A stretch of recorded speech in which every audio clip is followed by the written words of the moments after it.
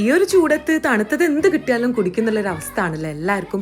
അപ്പോൾ എൻ്റെ കയ്യിൽ എൻ്റെ ഫേവറേറ്റ് ലിസ്റ്റിലുള്ള കുറച്ച് ചോക്ലേറ്റ്സ് ഒക്കെ ഞാൻ എടുത്തിട്ടുണ്ട്. ഇതൊക്കെ വെച്ചിട്ടാണ് നമ്മൾ ഇന്നൊരു ചോക്ലേറ്റ് ഷേക്ക് ട്രൈ ചെയ്യുന്നത് കേട്ടോ.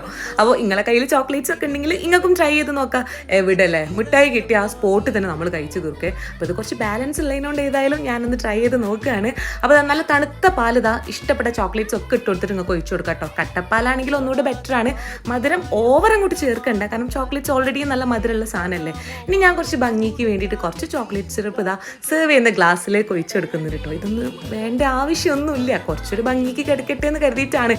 അതിനുശേഷം നല്ല തണുത്ത ഷേക്ക് ഇതാ ഇങ്ങനെ അങ്ങോട്ട് ഒഴിച്ചു കൊടുക്കുക കേട്ടോ. ഐസ്ക്രീം ഉണ്ടെങ്കിൽ ഒന്നുകൂടെ മൊഞ്ചായി. ചോക്ലേറ്റ് ഐസ്ക്രീം ആണെങ്കിൽ പറയന്നെ വേണ്ട. ഇനി മേലെ കുറച്ച് ഡെക്കറേഷന് കുറച്ചുകൂടെ സിറപ്പ് ഒഴിച്ചു കൊടുത്താൽ നമ്മുടെ ഷേക്ക് സെറ്റായി കേട്ടോ.